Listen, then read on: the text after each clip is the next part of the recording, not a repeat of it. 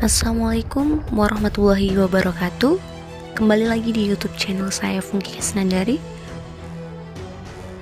Pada masa ini, jika kita membicarakan daerah Timur Tengah, hampir selalu diidentikan dengan konflik yang terjadi di negara-negara tersebut.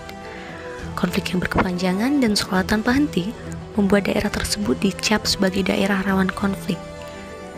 Salah satu konflik yang mungkin telah sering dibahas adalah konflik di Palestina. Konflik berlarut-larut antara Palestina dan Israel seakan sudah akrab di telinga kita. Namun pada pembahasan kali ini tidak akan mengangkat tema konflik di Palestina tersebut. Pada kesempatan ini, kita akan membahas mengenai konflik yang tidak kalah panas dengan konflik yang terjadi di Palestina, yaitu konflik di Libanon.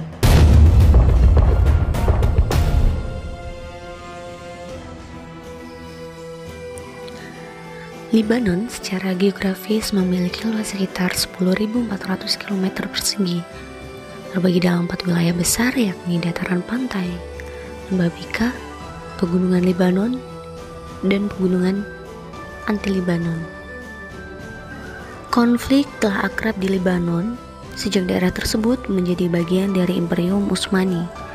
Tercatat terdapat 4 golongan besar di Libanon. Keempat golongan itu adalah Kristen Maronit, Sunni, Syiah, dan Druze. Dalam perkembangannya, keempat golongan tersebut saling bersaing untuk menjadi penguasa paling dominan di Libanon. Ketika Perancis memegang mandat administrasi di Libanon, Perancis lebih memperhatikan golongan Maronit jika dibandingkan dengan golongan-golongan lainnya.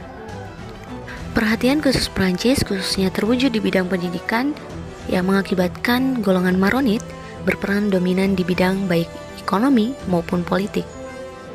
Ketimbangan sosial yang begitu ketara menjadi salah satu penyebab utama konflik yang ada di Libanon. Karena golongan kaya pada umumnya terdiri atas orang-orang Kristen khususnya Maronit. Sementara Muslim khususnya Syiah dan Druze pada umumnya masuk ke dalam 50% penduduk miskin. Adapun faktor terakhir yang menjadi akar konflik adalah masuknya pengungsi Palestina ke wilayah Libanon. Sebab kedatangan pengungsi Palestina di Libanon menyebabkan ketakutan bagi golongan Maronit. Golongan Maronit khawatir dengan hadirnya pengungsi Muslim tersebut yang dapat mempengaruhi perimbangan kekuatan Kristen dan Islam. Di sisi lain, pihak golongan Muslim menerima dengan tangan terbuka kehadiran pengungsi-pengungsi ini. Perang saudara kedua Libanon bermula dari terjadinya usaha pembunuhan terhadap pemimpin partai Palagis Maronit, yaitu Pierre Gemayel, yang terjadi pada tanggal 13 April 1975, yang mana dilakukan oleh para gerilyawan Palestina. Pihak Maronit pun membalasnya dengan melakukan pembantaian terhadap sekelompok Muslim Palestina yang berada di sebuah bis. Kedua peristiwa tersebut dengan cepat memicu perang besar antara golongan Islam dan golongan Kristen. Pada konfrontasi tersebut, golongan Islam mendapat dukungan kekuatan dari gerilyawan Palestina. Konflik tersebut akhirnya berkembang hingga tahun 1980-an, di mana ditandai dengan munculnya milisi-milisi bersenjata baru yang sebagian besar memiliki hubungan kerjasama dengan negara-negara lain. Mereka mempunyai cita-cita untuk menjadikan Libanon negara Islam layaknya Iran. Upaya-upaya dilakukan untuk mendamaikan konfrontasi tersebut.